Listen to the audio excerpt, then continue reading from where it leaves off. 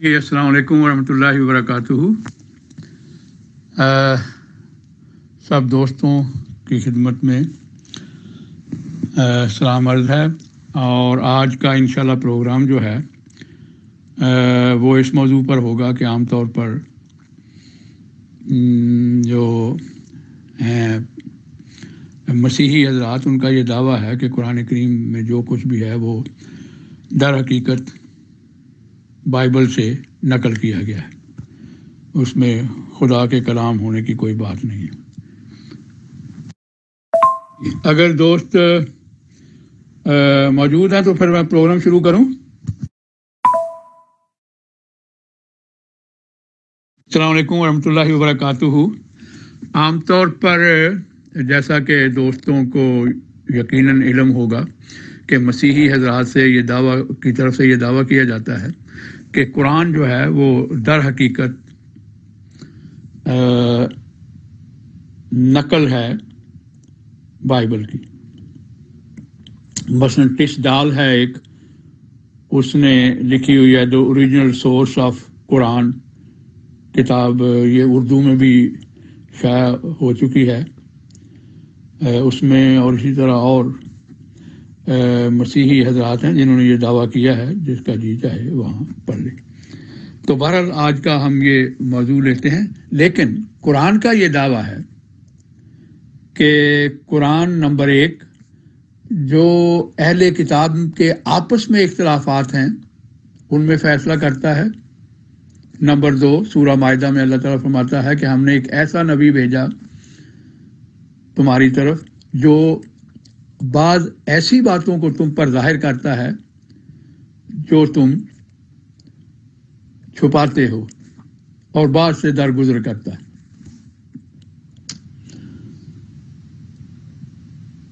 تو اس سے پتہ چلتا ہے کہ در حقیقت قرآن کریم جو ہے وہ بائبل کے واقعات جب بیان کرتا ہے تو اس کا مقصد یہ ہوتا ہے، نمبر 1 جو صحیح تعلیم ہے وہ قرآن میں شامل کر لی جائے، اور یہی ہیں تصدیق کے معنی کی،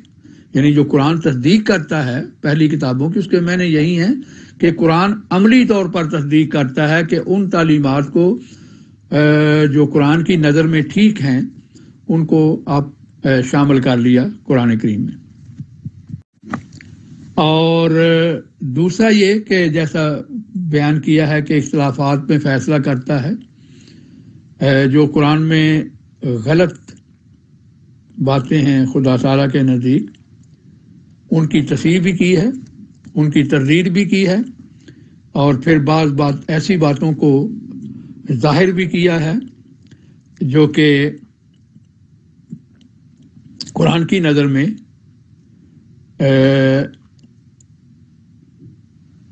چھپائی گئی ہیں، اور پہلے وہ بائبل میں شامل تھیں لیکن اب اس کو نکال دیا گیا۔ پہلی بات تو یہ ہے کہ یہ موجودہ ہمارے پاس جو اولڈ ٹیسٹمنٹ ہے عبرانی زبان میں،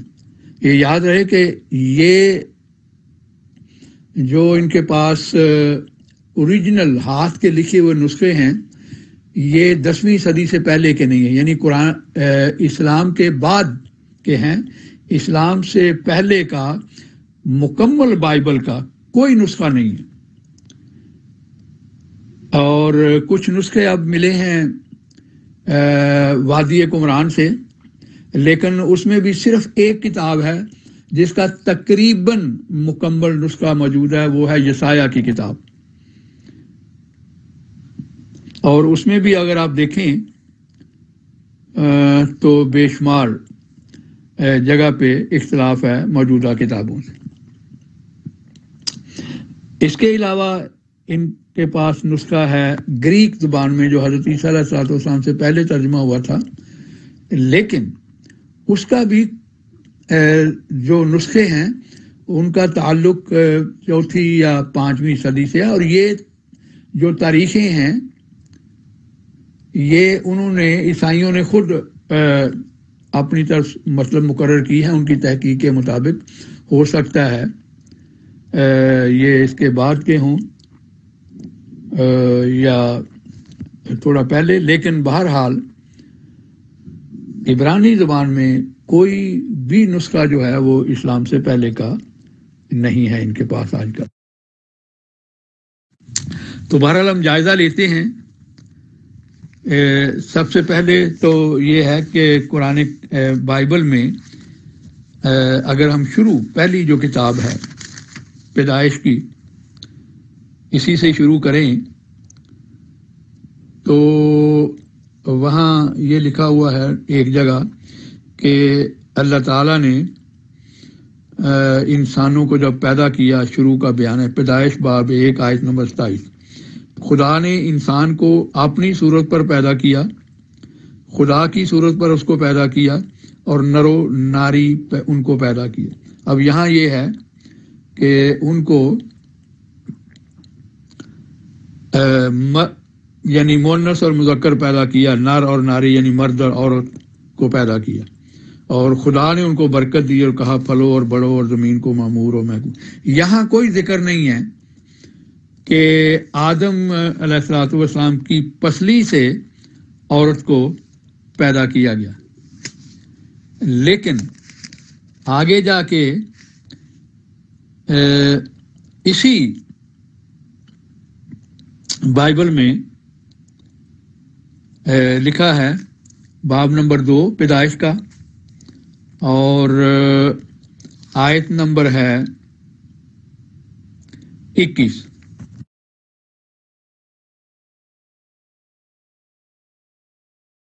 جی، آیت نمبر 21 میں لکھا ہے، اور خداوند نے آدم پر گہری نیند بھیجی اور وہ سو گیا، اور اس نے اس کی پسلیوں میں سے ایک کو نکال لیا اور اس کی جگہ گوشت بھر دیا، اور خدا اس پسلی سے جو اس نے آدم میں سے نکالی تھی ایک عورت بنا کر اسے آدم کے پاس لایا۔ اور یہاں دیکھیں یہ لکھا ہے، وہاں پہلے ہے کہ اس کو یعنی نر اور ناری پیدا کیا، اور یہاں یہ ہے کہ پہلے آدم کو پیدا کیا اور اس کے بعد اس کی پسلی میں سے جو ہے وہ اس کی بیوی بنائی یعنی حوا۔ لیکن قرآن کریم کہتا ہے کہ ہم نے ایک ہی نفس سے دونوں کو پیدا کیا ہے، کہیں نہیں لکھا ہوا کہ اس کو پسلی نکالی اور اس کو پیدا کیا۔ یہ وہ اسلام کے پہلے اس کا جو نسخہ ہے وہ میں نے عرض کیا نا گریک زبان کا موجود ہے، لیکن عبرانی زبان کا کوئی نسخہ موجود نہیں ہے۔ اور آج کل کی جو بائبل ہیں، میں اردو تراجم کی بات کر رہا ہوں اور انگریزی تراجم کی بات کر رہا ہوں جو کہ رائج الوقت ہیں، چاہے وہ کیتھولک بائبل ہو، چاہے وہ پروٹیسٹنٹ بائبل ہو، چاہے وہ یہودی بائبل ہو، کوئی ایک بھی بائبل ایسی نہیں ہے جو کہ ان نسخہ جات کا ترجمہ ہو جو مانی جاتی ہیں ان کی جو آفیشل بائبل ہیں، جو کہ گریک زبان کا ترجمہ ہو۔ صرف ایک فرقہ ان کا جو ہے آرتھوڈوکس جو کرسچن ہیں، ان کی بائبل جو ہے وہ گریک زبان کا ترجمہ ہے، لیکن وہ دوسری بھی استعمال کرتے ہیں۔ انہوں نے بھی اس کو آفیشل قرار نہیں دیا، لیکن عام طور پر وہ اسی کو استعمال کرتے ہیں۔ یعنی آج کل جو رائج الوقت آفیشل بائبل تراجم ہیں، ان میں سے ایک بھی گریک زبان کا ترجمہ نہیں ہے، بلکہ وہ عبرانی زبان کا جو ٹیکسٹ ہے اس کا ترجمہ ہے، اور وہ 10ویں صدی سے پہلے کا کوئی بھی موجود نہیں ہے کسی کے پاس بھی مکمل بائبل۔ اس میں یہ دیکھیں قرآن کریم نے تصحیح کی ہے کہ یہ جو کہانیاں قصے ہیں کہ آدم کی پسلی سے حوا کو پیدا کیا، یہ غلط ہیں۔ پھر آگے چلتے ہیں آدم کے متعلق قرآن کریم کی تعلیم کے مطابق آدم علیہ السلام سے جو غلطی ہوئی تھی وہ ارادتاً نہیں انہوں نے کی تھی، بلکہ یہ ان کی بھول تھی، بغیر ارادہ سے ان سے یہ غلطی ہو گئی، اور پھر اللہ تعالیٰ نے خود ان کو دعا سکھائی اور ان کا گناہ جو ہے معاف کر دیا۔ لیکن بائبل کے مطابق لکھا ہے کہ تم نے چونکہ یہ غلطی کی تھی، باب 3 ہے پیدائش کی کتاب کا، اور اس میں لکھا ہے کہ تم نے چونکہ یہ غلطی کی، خدا تعالیٰ کے حکم کی خلاف ورزی کی۔ اس کا میں تھوڑا سا ذکر کر دیتا ہوں۔ تب لکھا ہے باب 3 آیت نمبر 9، تب خداوند نے آدم کو پکارا اور اسے کہا تو کہاں ہے؟ اس نے کہا میں باغ میں تیری آواز سنی اور میں ڈرا کیونکہ میں ننگا تھا اور میں نے اپنے آپ کو چھپایا۔ اس نے کہا تجھے کس نے بتایا کہ تو ننگا ہے؟ کیا تو نے اس درخت کا پھل کھایا جس کی بابت میں نے تجھ کو حکم دیا تھا کہ اسے نہ کھانا؟ آدم نے کہا جس عورت کو تو نے میرے ساتھ کر دیا تھا اس نے مجھے اس درخت کا پھل دیا اور میں نے کھایا۔ اور آگے لکھا ہے کہ ان کی سزائیں کیا ہیں۔ سب سے پہلے شیطان کی سزا ہے کہ وہ ملعون ہے، اس کے بعد عورت کی سزا ہے کہ وہ درد سے بچے جنے گی، اور پھر آدم کی سزا ہے یہ کہ تو اپنے منہ کے پسینہ سے روٹی کھائے گا جب تک زمین میں تو پھر لوٹ نہ جائے،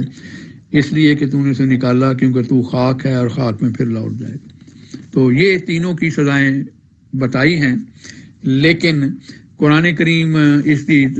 تردید کرتا ہے۔ قرآن کریم اللہ تعالیٰ فرماتا ہے کہ ان کے گناہ جو ہیں وہ بخش دیے گئے تھے۔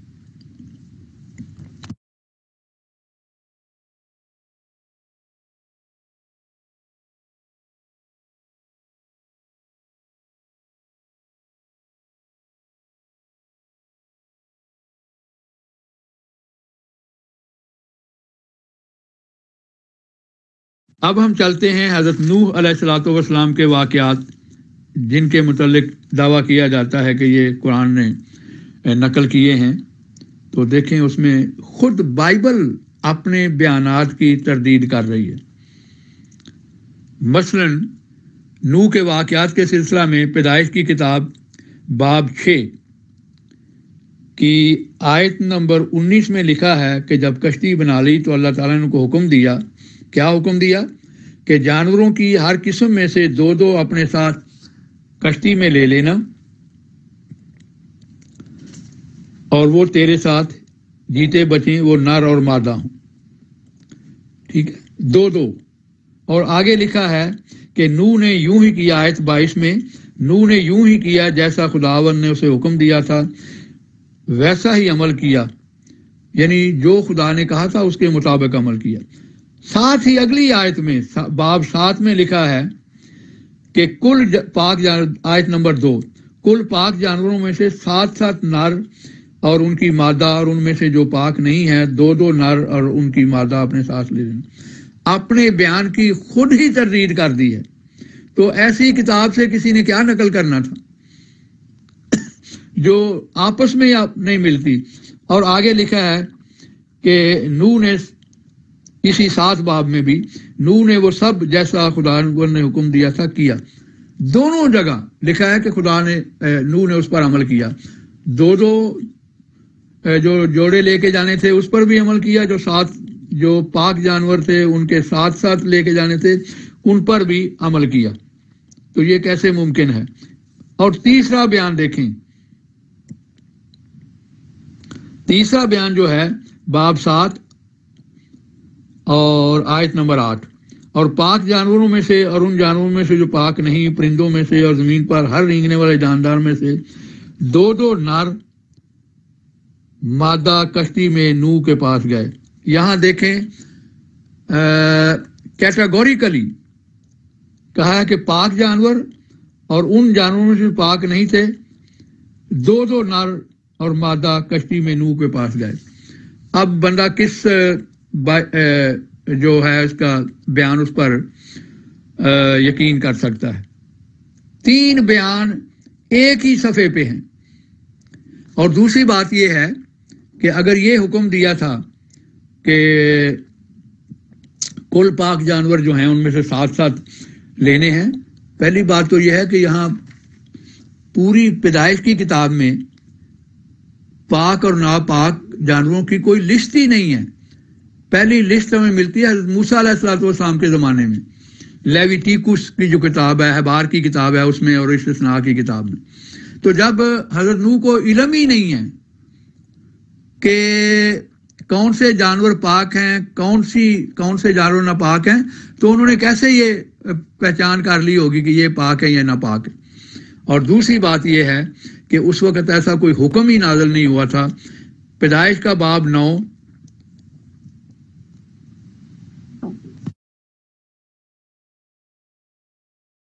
پیدائش کا باب 9 اور آیت نمبر جو ہے وہ 3، ان کو حکم دیا جاتا ہے نوح کو کہ ہر چلتا پھرتا جانور تمہارے کھانے کو ہوگا، ہر چلتا پھرتا جانور تمہارے کھانے کو ہوگا، ہری سبزی کی طرح میں نے سب کا سب تم کو دیا۔ یعنی کوئی جانور ایسا نہیں تھا جو ممنوع ہو، جو حرام ہو، جو ناپاک ہو۔ قرآن کریم کا فیصلہ یہ ہے کہ دو جانور جو ہیں ان کا حکم دیا تھا، 7 والا جو غلط ہے، ناپاک پاک والا بالکل غلط ہے، ایسی کوئی تعلیم جو ہے وہ نہیں تھی۔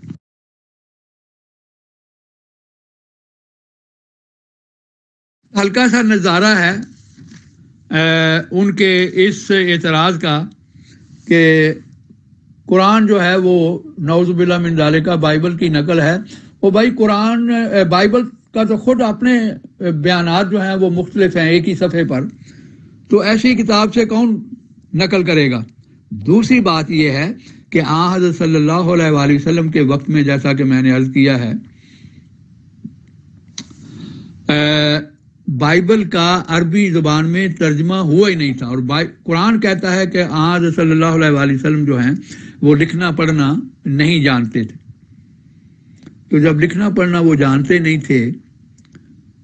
اور قرآن کا عربی ترجمہ بھی کوئی نہیں تھا کہ کوئی ان کو پڑھ کے سنا دیتا،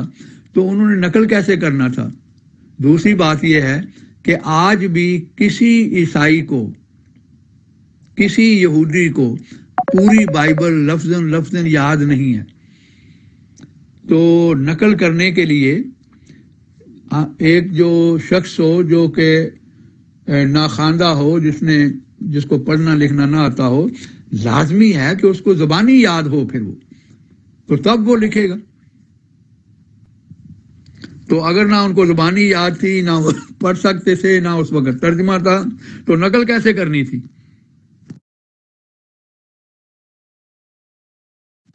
آگے چلتے ہیں۔ اب قرآن کا ایک دعویٰ یہ ہے کہ حضرت نوح بائبل کا یہ دعویٰ ہے کہ حضرت ابراہیم علیہ السلام کے متعلق کہ وہ اپنے بیٹوں کو وصیت کریں گے، جو بھی پیچھے رہ جائیں گے ان کی وفات کے بعد، ان کو وصیت کریں گے کہ تم نے یہ کام کرنے ہیں۔ میں وہ حصہ پڑھ دیتا ہوں۔ پیدائش کی کتاب ہے، باب نمبر 18 ہے، اور آیت نمبر 17 سے ہم شروع کرتے ہیں۔ خداوند نے کہا کہ جو کچھ میں کرنے کو ہوں، کیا اسے ابراہیم سے پوشیدہ رکھوں؟ ابراہیم سے تو یقیناً ایک بڑی اور زبردست قوم پیدا ہوگی، اور زمین کی سب قومیں اس کے وسیلہ سے برکت پائیں گی، کیونکہ میں جانتا ہوں، دیکھیں کتنے زوردار لفظ ہیں، کیونکہ میں جانتا ہوں کہ وہ اپنے بیٹوں اور گھرانے کو جو اس کے پیچھے رہ جائیں گے وصیت کرے گا کہ وہ خداوند کی راہ میں قائم رہ کر عدل اور انصاف کریں، تاکہ جو کچھ خداوند نے ابراہیم کے حق میں فرمایا ہے اسے پورا کرے۔ اس سے پتہ چلتا ہے کہ بڑے زوردار الفاظ میں خدا کہہ رہا ہے کہ یہ لازمی اپنے پیچھے رہنے والوں کو یہ وصیت کرے گا، اور کہ وہ خداوند کی راہ میں قائم رہ کر عدل اور انصاف کریں۔ یہ مختصر بیان ہے، لیکن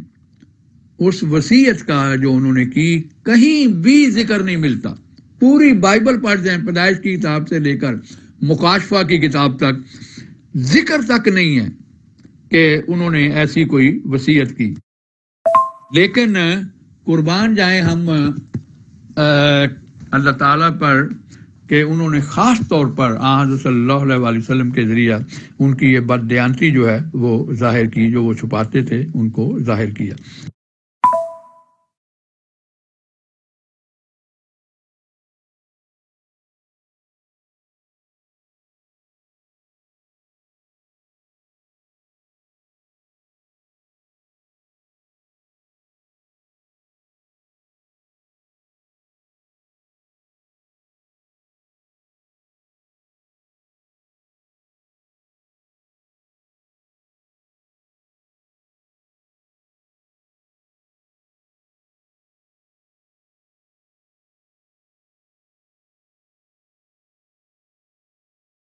جی،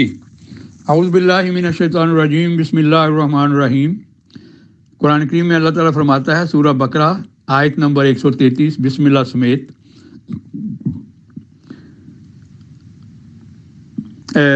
آیت نمبر 132 اور 133، اذ قال لہ ربہ اسلم قال اسلمت لرب العالمین۔ یاد کرو جب اللہ نے اسے کہا، یعنی ابراہیم سے، کہ فرما بردار بن جا، تو بے ساختہ اس نے کہا میں تمام جہانوں کے رب کے لیے فرما بردار ہو چکا ہوں۔ وَوَصَّى بِهَا إِبْرَاهِيمَ بَنَيْهِ وَيَعْقُوبُ يَا بَنِيَّ إِنَّ اللَّهَ اصْطَفَىٰ لَكُمُ الدِّينَ فَلَا تَمُوتُنَّ إِلَّا وَأَنْتُمْ مُسْلِمُونَ۔ اور اسی بات کی تاکیدی نصیحت ابراہیم نے اپنے بیٹوں کو کی اور یعقوب نے بھی کہ اے میرے پیارے بچوں، یقیناً اللہ تمہارے لیے اس دین کو چن لیا ہے، پس ہرگز نہ مرنا مگر اس حالت میں کہ تم فرما بردار ہو۔ تو یہ مختصر بیان ہے قرآن کریم کا اس سلسلہ میں جو قرآن نے دیا ہے۔ جو چیز چھپائی گئی تھی اس کو اللہ تعالیٰ نے ظاہر کیا۔ اب اس کا ثبوت کہ حقیقتاً یہ وصیت انہوں نے کی تھی، اس کی ہمیں ضرورت تو نہیں، کیونکہ قرآن بائبل خود کہہ رہا ہے کہ وہ یقیناً اپنے پیچھے رہنے والوں کو، اپنے بیٹوں کو یہ وصیت کرے گا، لیکن اس وصیت کا کہیں ذکر نہیں ملتا۔ لیکن پھر بھی ہم ثبوت دیتے ہیں کہ یہودی لٹریچر میں یہ وصیت جو ہے وہ آج بھی موجود ہے۔ بک آف جوبلی جو ہے وہ ایک کتاب ہے جو کہ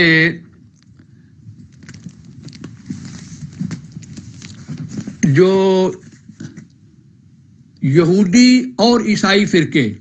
قدیم ایتھوپین آرتھوڈکس توحیدو چرچ جو ہے، اس کے جو الہامی کتابوں کی لسٹ ہے اس میں بھی شامل ہے، وہ ان کی بائبل میں وہ شامل ہے یہ کتاب۔ اور اسی طرح یہ جو بائبل یہ نسخے جو ملے ہیں اس کے بائبل کے ڈیڈ سی سکرول کے نام سے جو پہچانے جاتے ہیں،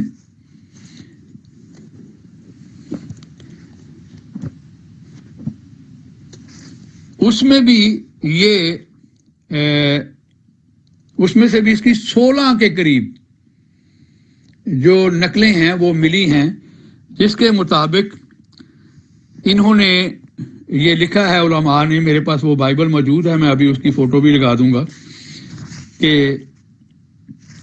یہ کتاب جو ہے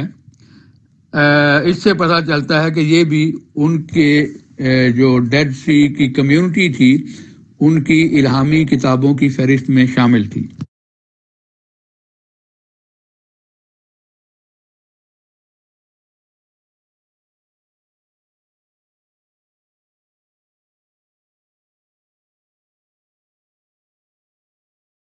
محترم، یہ شائع شدہ موجود ہے، دا ڈیڈ سی سکرول بائبل، اس کا میں نے حوالہ لگا دیا ہے۔ اس میں بھی انہوں نے اس کتاب کو شامل کیا ہے، اور جیسا کہ میں نے بتایا ہے، بیت اسرائیل ایتھوپین کے جو قدیم یہودی ہیں اور ان کی اکثریت آج کل مائیگریٹ کر کے تو اسرائیل میں آباد ہو چکی ہے، ان کی بائبل میں بھی یہ کتاب شامل ہے، اور وہاں کے جو قدیم عیسائی ہیں ان کی بائبل میں بھی یہ کتاب آج تک شامل ہے۔ اس میں تفصیلی ذکر ملتا ہے اس وصیت کا، اور وہ اس طرح ہے۔ جوبلی کی کتاب ہے، چیپٹر نمبر 20 ہے، لکھا ہے and in the 42nd jubilee in the first year of the 7th week Abraham called اسماعیل، سب سے پہلے نام اسماعیل کا ہے جن کی وجہ سے یہ نکالی گئی ہے، اینڈ ہز 12 sons، آگے باقی جو ہیں وہ ان کا ذکر ہے، باقی بیٹوں کا، اور لکھا ہے پھر ان کو یہ وصیت کی، لکھا ہے so walk the regard to them to do the judgment and righteousness on the earth, exactly وہی لفظ جو وہاں لکھے ہوئے ہیں کہ تم انصاف سے کام لینا، اور that they should circumcise their sons according to the covenant which he had made with them, and not deviate to the right hand or to the left of all the path which the Lord had commanded us.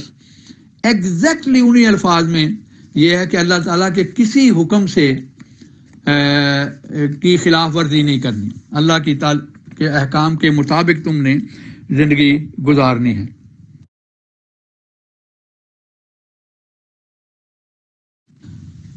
اور عجیب بات ہے، اگر کوئی اس کو نہیں مانتا تو اللہ تعالیٰ نے اس میں ایک پیش گوئی کی ہے اسی وصیت میں جو آج مسلمانوں کے ذریعہ پوری ہو رہی ہے، اور وہ وصیت یہ ہے، وصیت تو میں نے بیان کر دی ہے مختصراً، اور تفصیل سے اس کا حوالہ بھی لگا دیا گیا ہے۔ لکھا ہے کہ اگر تم میری اس وصیت پر عمل کرو گے تو باب 20 آیت نمبر 10 لکھا ہے and he will be for a blessing on the earth, کہ تم زمین پر ایک بابرکت وجود ہوگے، and all the nation of earth will desire you, اور تمام دنیا کی اقوام جو ہیں ان کی یہ خواہش ہوگی، وہ یہ پسند کریں گے کیا، and bless your sons in my name that they may be blessed as I am, کہ وہ یہ خواہش کریں گے کہ جس طرح میں اور میری اولاد بابرکت وجود ٹھہرائی گئی ہے، اس طرح وہ بھی بابرکت وجود ٹھہرائیں، میری مثال دے کر، یعنی حضرت ابراہیم علیہ السلام فرما رہے ہیں۔ اور یہ یوں سمجھیں کہ یہ ضرور شریف کا لفظی ترجمہ ہے، اللہم صلی علی محمد وعلی آل محمد کما صلیت علی ابراہیم وعلی آل ابراہیم انک حمید مجید۔ تو یہ دیکھیں ہر مسلمان 5 وقت نمازوں میں یہ دعا کرتا ہے کہ ہمیں بھی وہ برکتیں عطا فرما جو کہ ابراہیم اور اس کی اولاد کو عطا کی، اور اس کی پہلے سے پیش گوئی موجود تھی کہ اگر تم نے اس پر عمل کیا تو پھر لوگ یہ دعائیں، تمام دنیا کی اقوام یہ دعا کریں گی، اور یہ پیش گوئی اس نبی کے ذریعے پوری ہو رہی ہے جس کو اللہ تعالیٰ نے تمام دنیا کی اقوام کی طرف مبعوث کیا تھا۔ اس سے پتہ چلتا ہے کہ حضرت اسماعیل علیہ السلام اور ان کے ماننے والوں نے اس وصیت پر پوری طرح عمل کیا تھا۔ یہی تو وجہ ہے کہ آج ان کی روحانی اولاد کے ذریعے اور جسمانی اولاد کے ذریعے یہ پیشگوئی جو ہے وہ پوری ہو رہی ہے۔ And he will be for blessing on the earth and all nation of the earth will desire you, and bless your sons in my name, that they may be blessed that I am. تو دیکھیں کتنی عظیم الشان سچائی کی گواہی مل رہی ہے ہمیں قرآن کریم کی کہ واقعی جو چیز چھپائی تھی یہودی علماء نے وہ اللہ تعالیٰ نے حضرت صلی اللہ علیہ وسلم کے ذریعہ ظاہر کی اور ساتھ پیش گوئی بھی کی ہوئی تھی پہلے سے، اور وہ بھی اللہ تعالیٰ کے فضل و کرم سے آج مسلمانوں کے ذریعہ پوری ہو رہی ہے، جس کا دنیا میں کوئی شخص انکار کر ہی نہیں سکتا اگر اس کی آنکھیں بند نہیں ہیں تو اس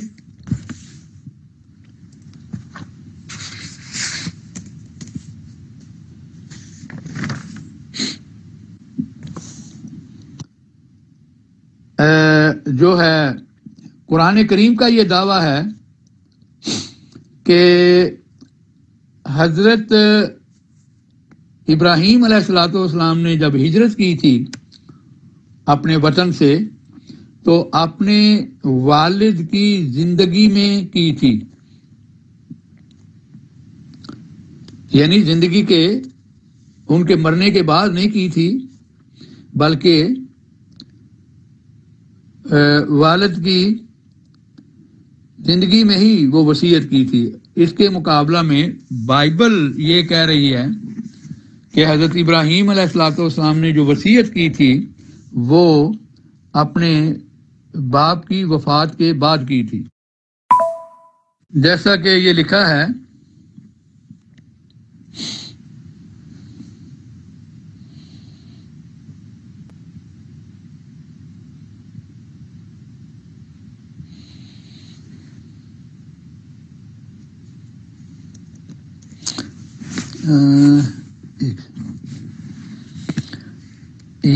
باب 12 ہے اور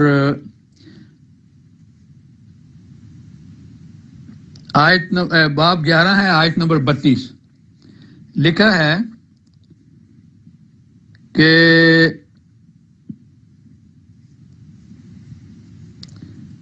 ابراہیم نے اپنے پوتے لوط کو، تارے نے اپنے بیٹے ابراہیم کو اور اپنے پوتے لوط کو جو حران کا بیٹا تھا، اپنی بہو ساری کو جو اس کے بیٹے ابراہیم کی بیوی تھی ساتھ لیا، اور وہ سب کسدیوں کے اور سے روانہ ہوئے کہ کنعان کے ملک میں جائیں، اور حران تک آئے، وہیں رہنے لگے۔ تارے کی عمر 205 برس کی ہوئی اور اس نے حران میں وفات پائی۔ یہاں یہ کہہ رہے ہیں کہ ان کا باپ بھی ساتھ ہی آیا تھا، لیکن وہ حران تک رہا اور یہ بھی حران تک رہے، لیکن قرآن کریم، اللہ تعالیٰ قرآن کریم میں فرماتا ہے کہ انہوں نے اس ملک میں ہجرت کی تھی جس کو تمام جہانوں کے لیے بابرکت بنایا گیا تھا۔ یہ سورہ انبیاء میں اس کا ذکر ملتا ہے۔ پھر باب 12 میں ہے کہ خداوند نے ابراہیم سے کہا کہ تو اپنے وطن اور اپنے ناطے داروں کے بیچ سے اور اپنے باپ کے گھر سے نکل کر اس ملک میں جا جو تجھے میں دوں گا۔ تو اس سے پتہ چلتا ہے کہ اس کا باپ فوت ہو چکا تھا، جیسا کہ پہلے ذکر ہے کہ اتنی اس کی عمر ہوئی، اور پھر اللہ نے حکم دیا کہ تو جا کے یہاں سے نکل کے دوسرے ملک میں چلا جا، یعنی کنعان کے ملک میں۔ لیکن قرآن اس دعویٰ کے ساتھ کہ مریم کے حالات بیان، سورہ مریم میں حالات بیان کرتا ہے حضرت ابراہیم علیہ الصلوۃ والسلام کے، کہ انہوں نے جو ہجرت کی تھی، باب سورہ مریم باب آیت نمبر 47 سے 49 تک، کہ انہوں نے جب ہجرت کی تھی، نمبر 1 ان کی عمر ابھی نوجوان تھی، یعنی بوڑھے نہیں ہوئے تھے، کیونکہ وہاں جو لفظ استعمال ہوا ہے وہ نوجوان کے لیے استعمال ہوتا ہے، اور دوسرا کہ انہوں نے باپ کے کہنے پر ہجرت کی تھی۔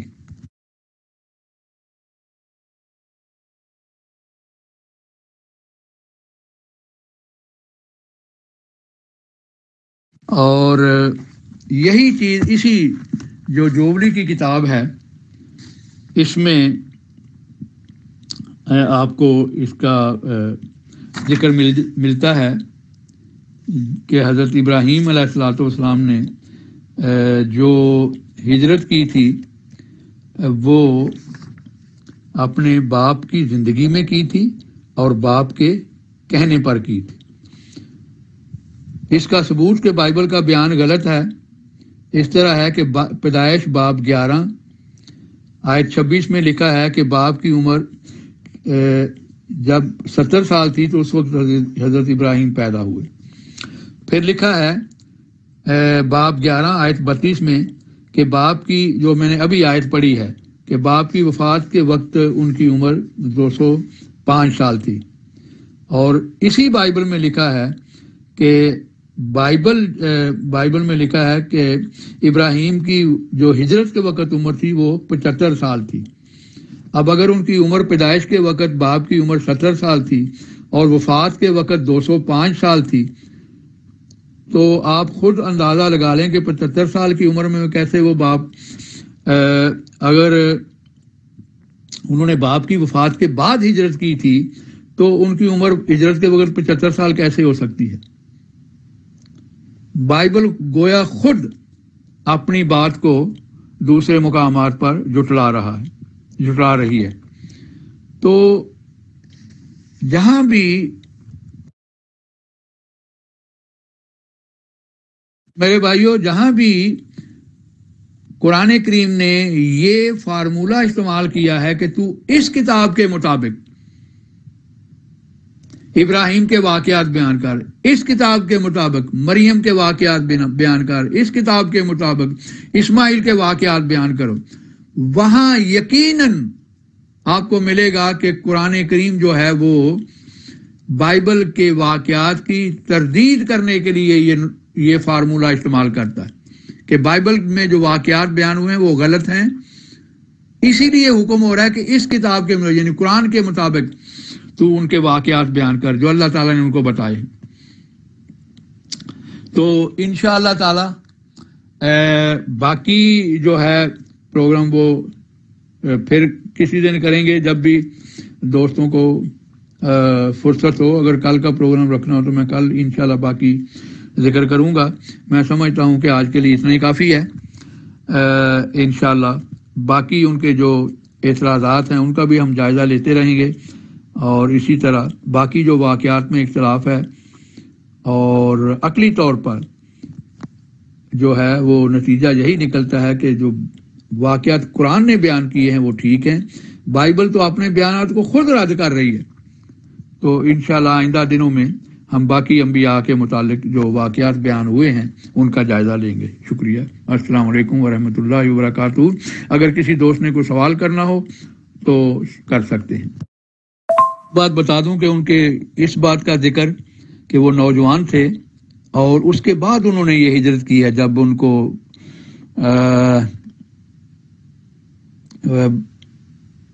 آگ میں ڈالنے کا دھمکی دی گئی کہ آگ میں ڈال دیں گے۔ تو اس کا ذکر ملتا ہے سورہ انبیاء یعنی 21ویں سورت ہے اور آیت نمبر 62، اور اس میں لفظ فتح استعمال ہوا ہے جو نوجوان کے لیے استعمال ہوتا ہے، بوڑھی عمر میں وہ لفظ استعمال نہیں ہوتا۔ جی کوئی سوالات اگر کسی نے کرنے ہو، کوئی سوال کرنا ہو تو پلیز سوال کریں۔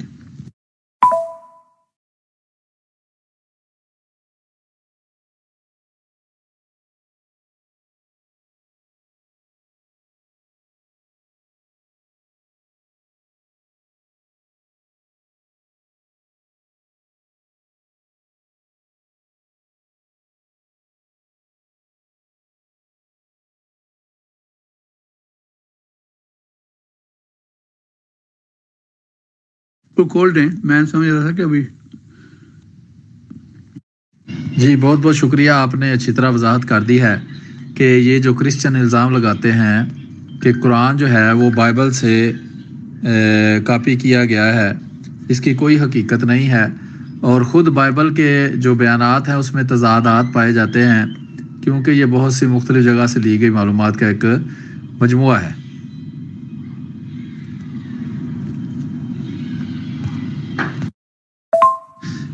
اس پر مزید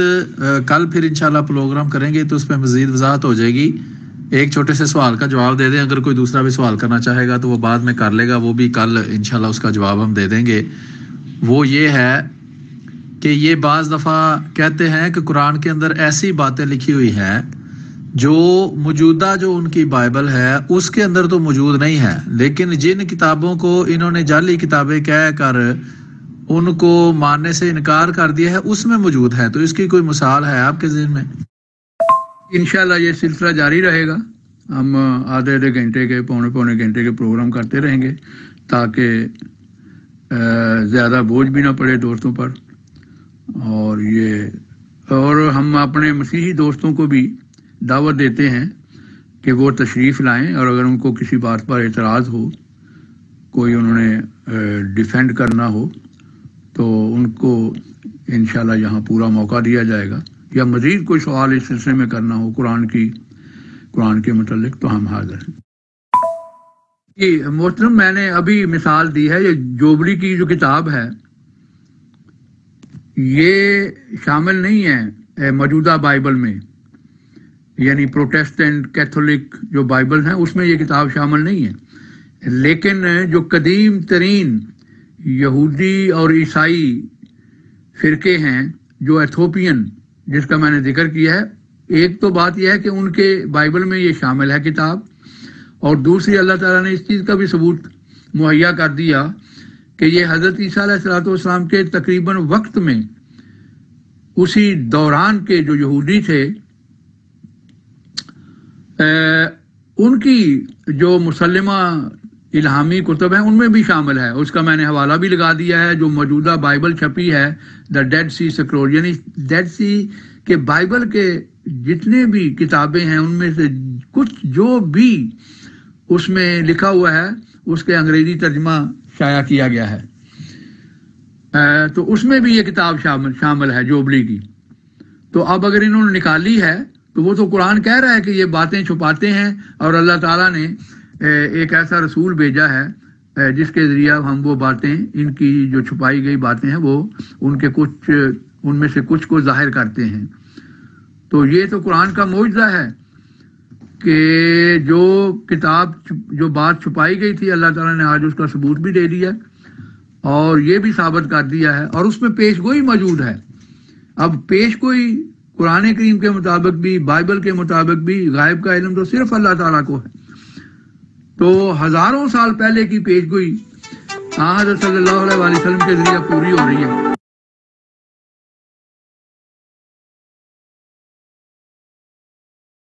جی، یہ جو حوالہ ہے نا، یہ ہے حضرت ابراہیم علیہ السلام کے حج کرنے کا ثبوت ہے، جیسا کہ قرآن کا دعویٰ ہے کہ سب سے پہلے حج کا اعلان انہوں نے کیا، اور آج بھی اسی طرح حج ہوتا ہے، لیکن اس کا چونکہ آج ذکر نہیں ہوا اس لیے یہ پھر کسی وقت اس کی ضرورت پیش آئے گی، اس کو پلیز نکال دیں بیچ میں سے۔ ایک بات بھول گیا تھا میں، ایک کتاب جوبلی کے حوالے نیو ٹیسٹمنٹ میں بھی ملتے ہیں، ایک کا میں ذکر کر دیتا ہوں، حضرت عیسیٰ علیہ السلام نے خود اس کا حوالہ لیا ہے، لوکا کی کتاب ہے، یعنی انجیل لوکا کی باب 11 آیت نمبر 48 اور 49، اس میں جس چیز کا ذکر ہے کہ اللہ تعالیٰ انبیاء کو بھیجے گا اور تم اس کو قتل کرو گے اور ستاؤ گے، اس کا ذکر کہیں نہیں ملتا پوری بائبل میں۔ اس بک آف جوبلی میں